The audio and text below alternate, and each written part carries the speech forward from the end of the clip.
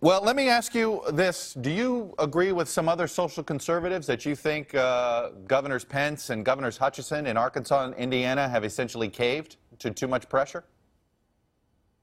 Well, Chuck, I was very worried about the law in Indiana. I'm disappointed. Let's remember what this debate was originally all about. This is about business owners that don't want to have to choose between their Christian faith, their sincerely held religious beliefs, and being able to operate their businesses. Now, what they don't want is the government to force them to participate in wedding ceremonies that contradict their beliefs. They simply want the right to say, we don't want to be forced to participate in those ceremonies. So I was disappointed that you could see Christians and their businesses face discrimination in Indiana. I hope the legislators will fix that, rectify that.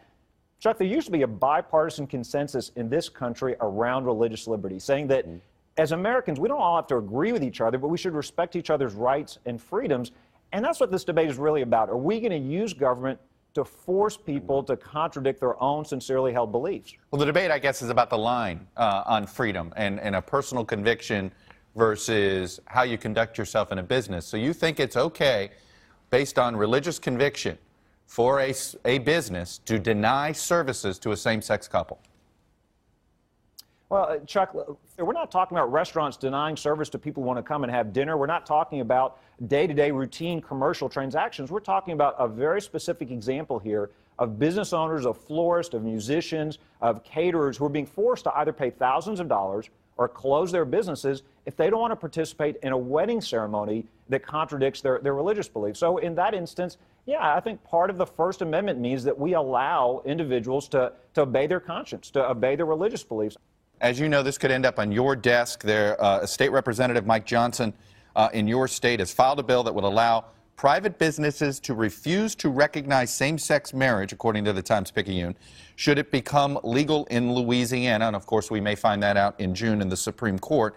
The legislation would allow a private company to not offer the same benefits to legally recognized same-sex married couples as other married couples. So this is beyond just denying services as a business. This would be also denying benefits to an employee who happens to be in a same-sex marriage. Are you going to be able to support a bill that does that?